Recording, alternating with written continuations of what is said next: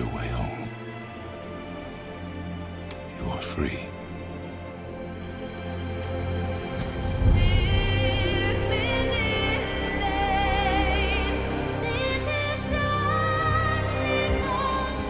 God of War will go down as one of the greatest games of all time.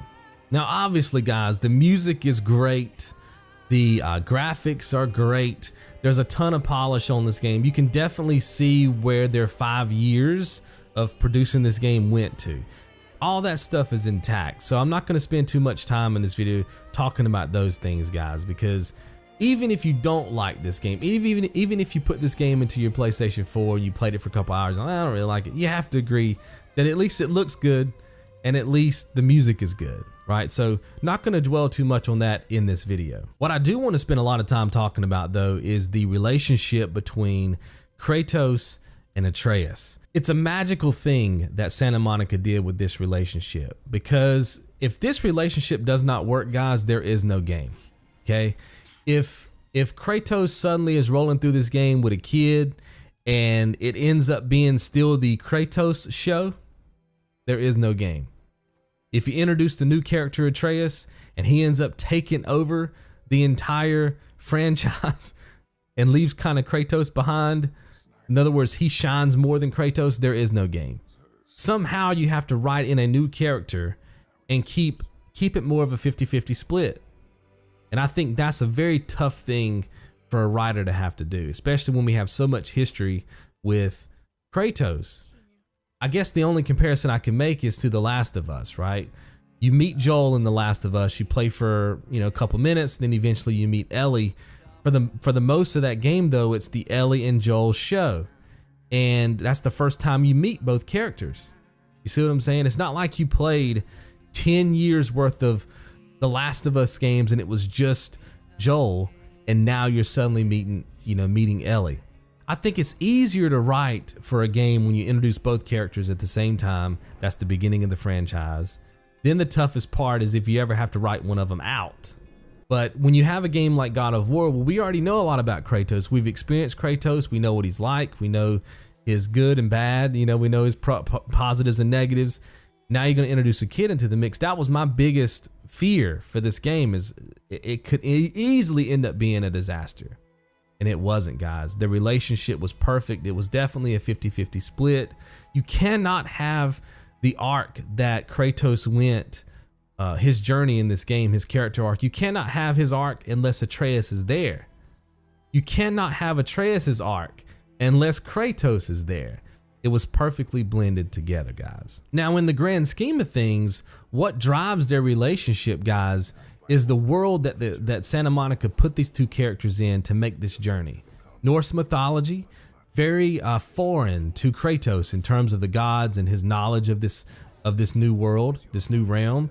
You've got Atreus, who knows a lot about this. He can read the language. He's heard all the stories from his mother when he was a kid about the world serpent and Odin and all this kind of stuff. So he has all these facts in his head that constantly throughout their journey, he's rattling off all these facts, talking about these stories. Kratos is saying stuff like, "Oh man, that's just a myth," right? And all this kind of stuff. And then this stuff ends up being true. So Kratos is kind of learning as he's playing through, learning about these guys, learning about this world. And I think that's a direct representation of us as the player, because we're also having to get familiarized with this brand new world, right? So in that regard, we end up becoming Kratos and Atreus ends up becoming our teacher. Now let's talk about the combat, because when you're going to put these two characters inside of a world like this, they got to be able to fight and kill some things. That is what God of War is all about. I think a lot of people thought that when the reveal happened years ago that, well, it's going to be kind of a dumbed down version of the combat that we're used to, but it's not, guys. Trust me. There's still those visceral combat sequences where you're just ripping somebody's face off or cracking a neck, and sometimes you even split people right down the middle and your face is kind of in between both sides of their body when you do it. It's pretty gruesome, man. There's a lot of blood, a lot of things dying. You can still climb up creatures and rip their jaw apart and jump like that. So if you're curious as to whether or not all that stuff is going to still be in a game like this, because it is a combat system switch from what we're used to with the previous God of War games. It's there and then some. Now, if I'm being honest with you guys, my favorite combat sequence in the game was when you encounter the stranger for the first time. Come on out! There's no use hiding anymore. I know who you are. What's going on? Do you know him? More importantly, I know what you are. That was my favorite combat sequence in this game, and I'll tell you why. Because it was downscaled. You guys know in previous God of War games, everything is upscaled, right? So like in God of War 3, you're climbing the back of Gaia. She's climbing up freaking Mount Olympus trying to get to Zeus, and it's big, everything around you. And then Poseidon comes out and everything is so upscaled. It's got that Shadow of the Colossus feel. Whereas this combat sequence wasn't that way. It was Kratos versus another person that looked just like him. You know what I mean? And you were just duking it out. Like it almost felt like a back alley brawl or something, right? And I like that. I really did enjoy that, and it really set the tone for some of the upscaled fights later on, because they do get more grandiose as you play the game. But I felt like that was a good starting point, and that one set the bar for me, and I was like, oh, this is what I've gotten myself into, right? But when I look at all of them, I'm like, you know what? That one had a certain charm to it, because it was just kind of mano-a-mano, me versus another person. Our strengths felt the same, like it felt very 50-50 as to who was going to win the fight. There were certain times where he felt stronger than me, and then I felt stronger than him. And it just felt like that tug of war experience that I'm looking for when it comes to a good combat sequence. Not to mention the choreography. It felt very Dragon Ball Z like, in my opinion. You got people kicking people through houses and kicking them or punching them over a house and flying up in the air. You've got air combat stuff going on where you're punching people while you're falling from the sky. I love that kind of stuff. And it honestly, it's not what I expected to see in the very first major combat encounter of the game. I expected something like that to be near the end of the game, to be honest with you. And I felt like that was a really good job. The combat was also very intuitive. So what you can do in this game is you can hit L2 and square, and wherever you're pointing at, Atreus will fire an arrow to that enemy or in that direction, right? Or you can kind of be running around a combat sequence and, you know, because it's over the shoulder, right? The camera is. You can kind of point in a general direction to an enemy and hit square, and he'll of course fire in that direction too. Now, I thought that at first that was going to cause him to miss a lot, but it doesn't. The game is very intuitive where it has him fire his arrows even if you're kind of in that free aim portion of combat, right?